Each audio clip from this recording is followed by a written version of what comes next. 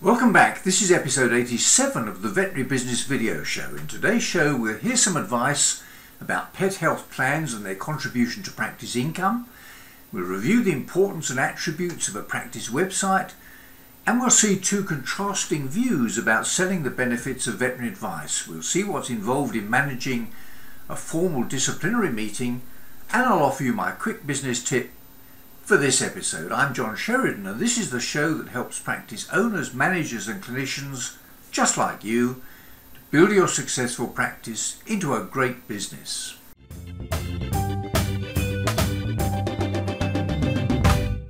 I was invited this year to chair a number of sessions during the business stream at the London Vet Show. Now in its fourth year, the show continued its success, attracting a 10% increase in delegate numbers, with well over 3,000 vets and more than 350 exhibiting companies in the commercial exhibition.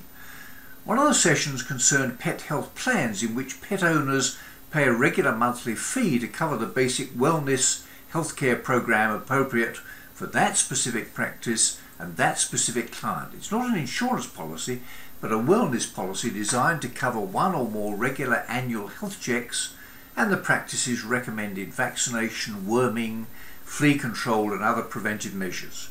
The question is whether such plans really do enhance compliance, pet health and client loyalty, and whether they increase practice income. Here's a clip in which Mark Moran of Vets in Business summarised a number of the key issues he covered in his presentation, generously sponsored by Pet Health Plans. I would say that there's lots of evidence now that practice plans achieve two primary outcomes. Firstly, they'll generate consistent, ongoing revenue for the practice, and secondly, they create better healthcare for the patients who are their members. What does it take to make a practice plan effective?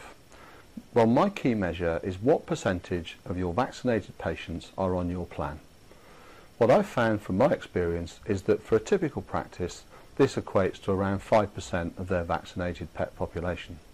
However, I know many practices where their practice plan attracts in excess of 10%, and some where that figure's now in excess of 20% of vaccinated patients that are also part of their plan. The result is that those 20% of patients are fully compliant with the healthcare requirements and objectives of that practice, in that those pets are fully vaccinated and they're protected from external and internal parasites. So what is it that those practices do that sets them apart from the rest? Well, in my experience, there are three things. The first thing is they're absolutely committed to preventative health. It's no good just saying we are, the practice has to do the job, because clients don't buy a pet health plan. What clients buy is the preventative health for their pets. They use a pet health plan because they find the payments for it, either and the savings that it creates, useful to them. But they won't buy a pet health plan until they're committed to the preventative healthcare regime of the practice. The second thing that's important is the commitment